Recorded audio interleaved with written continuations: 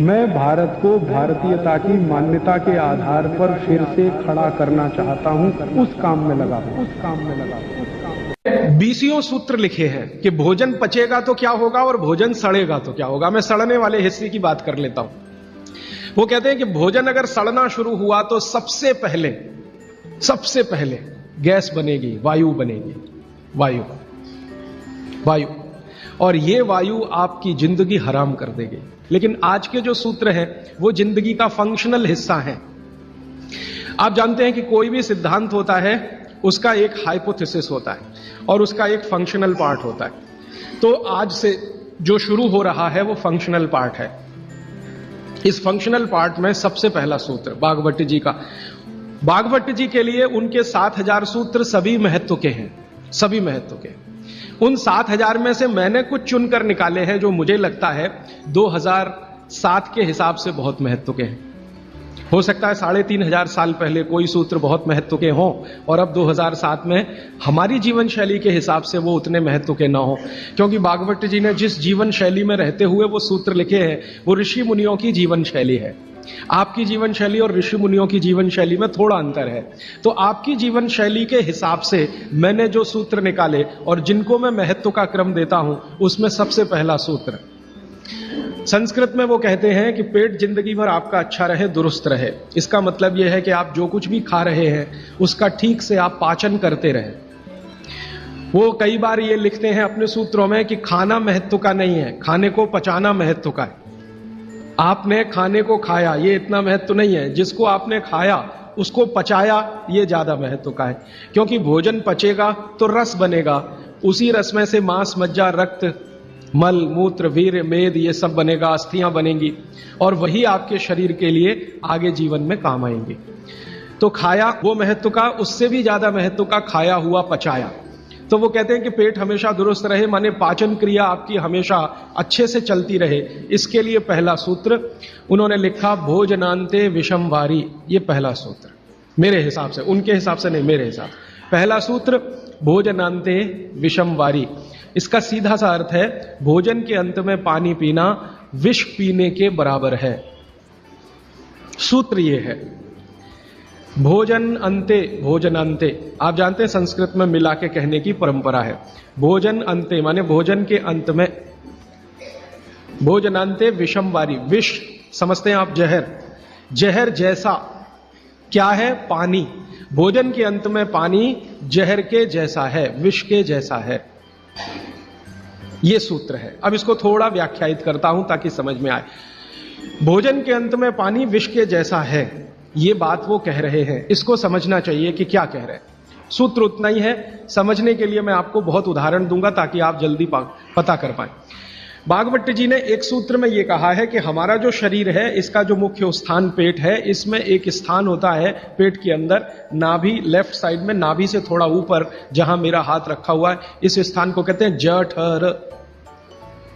संस्कृत में कहते हैं जठर, हिंदी में कहते हैं आमाशय। जठर, आमाशय, अंग्रेजी में चाहे तो एपिगैस्ट्रिकम। तो ये जो जठर स्थान है, भागवत जी कहते हैं कि इसमें अग्नि प्रदीप्त होती है, उसी को कहते हैं जठराग्नि। जठर अग्नि, जठराग्नि। तो वो कहते हैं कि जो आपका जठर स्थान है इसमें अग्नि प्रदीप्त होती है और भोजन जो कुछ भी आप करते हैं वो पहले जठर में ही जाता है, आमाशय में इकट्ठा होता है, वहां अग्नि प्रदीप्त होती है। वो अग्नि भोजन का पाचन करती है। यह है महत्व की बात। अब अग्नि प्रदीप्त हुई, आपने भोजन किया, अग्नि प्रदीप्त हुई। और भागवत जी इसके लिए एक सुंदर श्लोक लिखा है, लंबा है लेकिन हिंदी में बताता हूं। वो ये कहते हैं कि खाते ही अग्नि प्रदीप्त होती है, ऐसे ही जैसे आप बिजली के स्विच को ऑन करते ही लाइट जलती है। ये ऑटोमेटिक है, अपने आप होती है। आपने रोटी का पहला टुकड़ा मुंह में डाला और जैसे ही टुकड़े को चबाना शुरू किया, लार बनना शुरू हुआ, तुरंत अग्नि प्रदीप्त हो जाती, पहले ही टुकड़े में। तो ये अग्नि प्रदीप्त हुई। अब आप जो भोजन कर रहे हैं ये इस अग्नि के प्रभाव में पचेगा। तो भोजन के पचने की क्रिया में पहले भोजन रस में बदलेगा।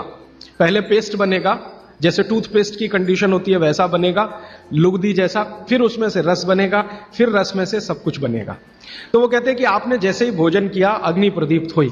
अब ये अग्नि भोजन को पचा रही है और आपने भोजन पूरा करते ही पानी पी लिया, गट गट गट गट गट गट। तो क्या हुआ? अग्नि शांत हो जाएगी। आपके रसोई गैस में चूल्हा जल रहा है गैस का, और जलते हुए चूल्हे पर पानी फेंकिए तो बुझ जाएगा। अग्नि का पानी से मेल नहीं है, दुश्मनी है।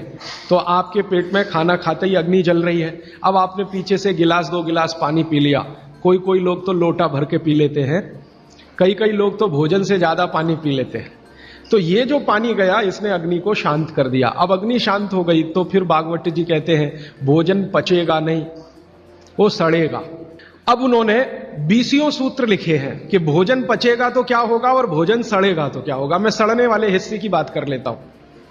वो कहते हैं कि भोजन अगर सड़ना शुरू हुआ तो सबसे पहले गैस बनेगी, वायु बनेगी, वायु। और ये वायु आपकी जिंदगी हराम कर देगी। और ये वायु की तीव्रता जब बढ़ेगी तो गले में जलन होगी, छाती में जलन होगी, पेट में जलन होगी। फिर और ज्यादा तीव्र अगर ये हो गई वायु तो ये शरीर में जाएगी, घूमेगी, क्योंकि वायु को पकड़ना मुश्किल है, जहां स्थान मिलता है वहीं जाती है। तो ये वायु पूरे शरीर में घूमेगी तो सिर घूमेगा, आपको चक्कर आएंगे, सिर में दर्द होगा, पीठ में भी दर्द हो सकता है, हृदय स्थान पे भयंकर दर्द हो सकता है। कई बार तो इतना दर्द होता है कि आपको लगेगा कि हार्ट अटैक आ गया, लेकिन वो वायु का दर्द है, हार्ट अटैक नहीं। और ये जो वायु बनी भोजन के सड़ने से, इसी वायु में से भागवत जी ने सूची बनाई है कि 103 रोग पैदा होंगे। 103। सबसे पहला रोग है उसमें एसिडिटी, हाइपर एसिडिटी। ज्यादा दिन अगर आपने ये चक्कर चलाया पानी पीने का तो अल्सर, पेप्टिक अल्सर, और ज्यादा दिन चक्कर चलाया तो बवासीर, मूढ़व्याध, भगंदर, ये सब रोगों की सूची है। और अंत का एक रोग है कैंसर, कर्क रोग। 103वें नंबर पर उन्होंने लिखा है कर्क रोग। माने एसिडिटी से शुरू होकर आप कैंसर तक की यात्रा कर सकते हैं। तो वो ये कह रहे हैं कि जिस काम से वायु पैदा हो और वो वायु आपके सड़े हुए भोजन में से निकले, और बाद में भागवती जी कहते हैं, वो भी बता देता हूं, वो दूर का सूत्र है लेकिन यहीं पे ले आता हूं उसको, कि आपका जो भोजन सड़ेगा, इसको ध्यान से सुनिएगा, तभी भोजन में से, भागवती जी के शब्द दूसरे हैं, मैं आज के शब्द इस्तेमाल कर रहा हूं, तभी कोलेस्ट्रॉल बनेगा। सड़े हुए भोजन का ही बाई प्रोडक्ट है कोलेस्ट्रॉल। अगर भोजन का पाचन हुआ तो कोलेस्ट्रॉल शून्य रहता है, वो कोलेस्ट्रॉल जो आपको हानि पहुंचाता है। आप जानते हैं शरीर में 2 तरह का कोलेस्ट्रॉल है, एक गुड और एक बैड। अच्छा कोलेस्ट्रॉल माने HDL, हाई डेंसिटी लिपोप्रोटीन। खराब कोलेस्ट्रॉल माने LDL और उसका छोटा भाई VLDL, very low density lipoprotein. तो भागवती जी कहते हैं कि ये जो खराब कोलेस्ट्रॉल है वो रक्त में तभी आता है जब भोजन पेट में सड़ता है। इसका माने जिनको कोलेस्ट्रॉल बढ़ रहा है या बढ़ा हुआ है वो ध्यान दें, उनको भोजन पच नहीं रहा, उनका भोजन सड़ रहा है। तो कोलेस्ट्रॉल बढ़ेगा तो हार्ट अटैक भी आएगा, कोलेस्ट्रॉल बढ़ेगा तो घुटने भी जड़ हो जाएंगे, सारी संधियां आपकी एकदम कड़क हो जाएंगी, आपको चलना फिरना मुश्किल हो जाएगा, 10 कदम चलना मुश्किल हो जाएगा। तो वो ये कहते हैं कि जब 103 बीमारियां एक छोटी गलती से आती हों तो वो गलती कभी करना नहीं, माने भोजन के बाद कभी पानी पीना नहीं। और एक 2 चीजें हैं इसी क्रम में कि किसके साथ क्या खाएं, किसके साथ क्या नहीं खाएं। घर में कभी भी आप कोई ऐसी चीज बनाएं जो तासीर में गर्म है, उसके साथ ठंडी चीज कोई ना हो। जैसे आजकल मैंने देखा है, हम गरम गरम खाना खा के आइसक्रीम जरूर खाते हैं, अपना सत्यानाश करते। और ये सत्यानाश कैसे होता है? कोई आपको शादी में बुलाता है इनविटेशन देके कि आइए और हमारे यहाँ गरम डिनर खा के आइसक्रीम खा के मर के जाइए, और एक नहीं खाइए, डबल खाइए। और मैंने तो पंजाब में ऐसे भी महान महान लोग देखे हैं कि आइसक्रीम में गरम रसगुल्ला डाल के खाते हैं। महामूर्ख लोग, पता नहीं कहां से आए, गरम गरम रसगुल्ला एकदम ठंडे आइसक्रीम में डाल के खाते। फिर पूछो भाई क्या कर रहे हो, तो कहते टेस्ट है जी। शरीर का देखना है कि नहीं, ये है कि टेस्ट का देखना है। तो आप कहीं भी डिनर में जाइए, मैं ये नहीं कहता डिनर में मजे, जरूर जाइए, लेकिन ध्यान रखिए कि अगर डिनर गरम गरम आपने खा लिया है तो ठंडी आइसक्रीम मत खाइए। और कई लोग पंजाब में ऐसे हैं, याद ही नहीं रखते, अभी चाय पी अभी आइसक्रीम खा ले। हाँ, उनको बिल्कुल 1 मिनट नहीं लगता। चाय पी के निकले, कहीं आइसक्रीम खा के आ गए, आइसक्रीम खा के आ गए, इधर चाय पी ली या इधर कॉफी पी ली। तो चाय और कॉफी दोनों गर्म है और आइसक्रीम बहुत ठंडी है, इनका कॉम्बिनेशन नहीं है, बहुत तकलीफ होती है शरीर को। कितनी देर बाद खाओ खाने को? 1 घंटा कम से कम। गर्म चीज खाने के 1 घंटे के बाद ठंडी चीज, या ठंडी चीज खाने के 1 घंटे के बाद गर्म चीज। और वैसे मैंने कल आपको सूत्र बताया था, ठंडा कुछ खाना ही नहीं है, क्योंकि आइसक्रीम तो 10 डिग्री से कम की है, वो शरीर को तकलीफ ही देने वाली है। तो आप बोलेंगे फिर आइसक्रीम को कैसे खाएं? गर्म करके खाइए। अगर आइसक्रीम खानी है तो उसको गर्म करें। मैं एक अमृतसर गया था एक बार, तो अमृतसर में एक बहुत अच्छी चीज, शायद यहाँ भी होगी, कुल्फी। ये जो कुल्फी है, इसको थोड़ा गर्म करके खा लीजिए, आइसक्रीम से बेटर है, 1000 टाइम्स बेटर है। क्यों?